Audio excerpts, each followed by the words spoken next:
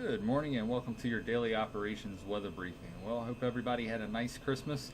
We saw the cold air arrive on Christmas Day and continues this morning with temperatures in the low 30s currently. We're going to see even colder air arrive over the course of the next couple of days.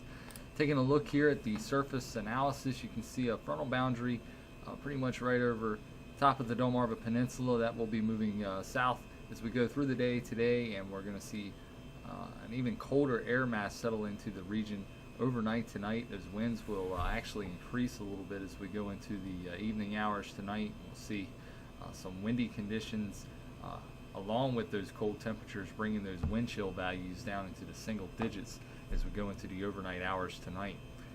Currently out there we see lots of cloudiness at the mid and high levels of the atmosphere.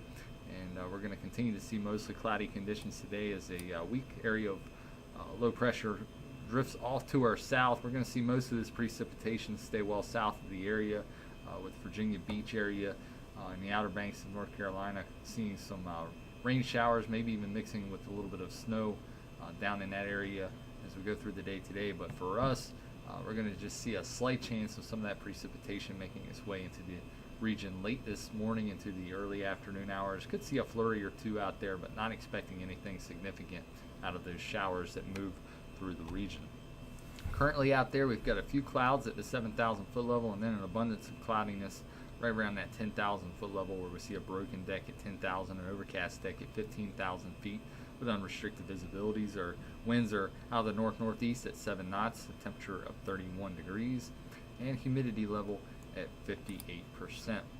Looking at the next 24 hours, you can see just a very slight chance of a few flurries occurring late this morning into the early afternoon hours. Again, not expecting anything significant out of that. Certainly not expecting any accumulation to occur with those flurries if we get any at all. Only running about a 15 to 20% chance of seeing any precipitation make its way north toward the Wallops region. Most of that will stay to our south.